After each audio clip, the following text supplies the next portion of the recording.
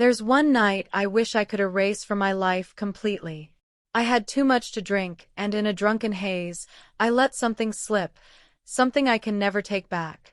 Slurring my words and barely aware of what I was saying, I confessed that my feelings had shifted. And the very next morning, regret hit me like a crashing wave. If I had access to a time machine, I'd go back just to stop myself from uttering those careless words. But there's no going back. So here's how it all unraveled. My name's Emily. I'm 30 years old, and I've been married to Luke, who's 35, for the past 3 years. I don't even know where to begin, but I can tell you this. If you're expecting some sweet love story wrapped up with a bow, you won't find it here. This isn't a fairy tale.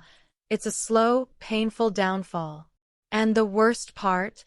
I'm the one who lit the match. Luke was the man every woman claims to want. Steady, kind, reliable to a fault. He ran a small business he was passionate about and still managed to make time for me, no matter how busy life got. He knew how I liked my coffee without asking and would stay up late to help me with things I didn't even realize I needed help with. In the early days, his constancy and calm gave me peace. He made me feel protected, cherished, and truly seen. But over time, something inside me started to change. I can't even pinpoint when or why. Maybe it was during endless brunches with my friends, watching their loud, daring, confident partners sweep them off their feet. Or maybe it was those curated lives on social media, those flawless couples living like every day was a movie scene.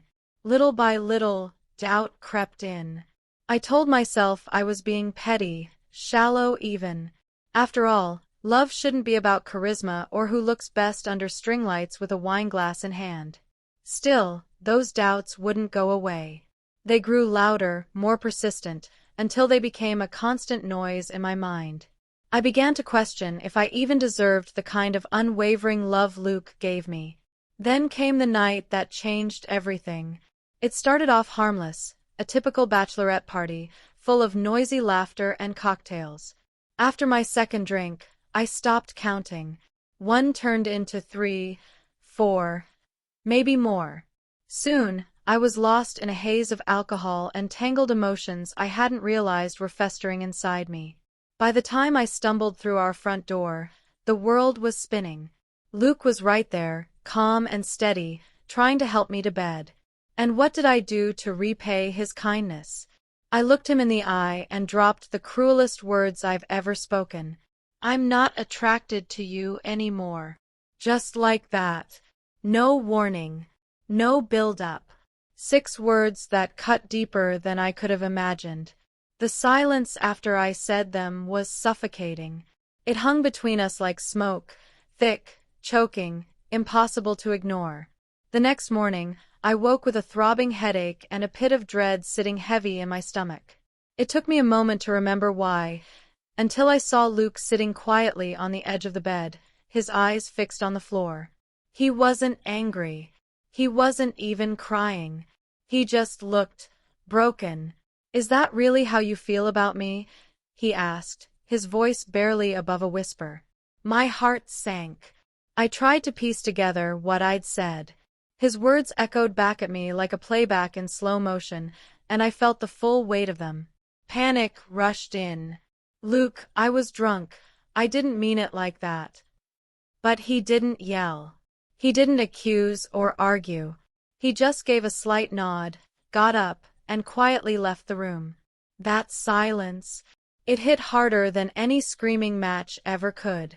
And in that moment, I knew I had damaged something fragile, possibly beyond repair. In the days that followed, he didn't throw it back in my face or try to punish me. He simply faded. He stopped texting me just to say he loved me. The small touches, the jokes, the warm looks across the room. Gone.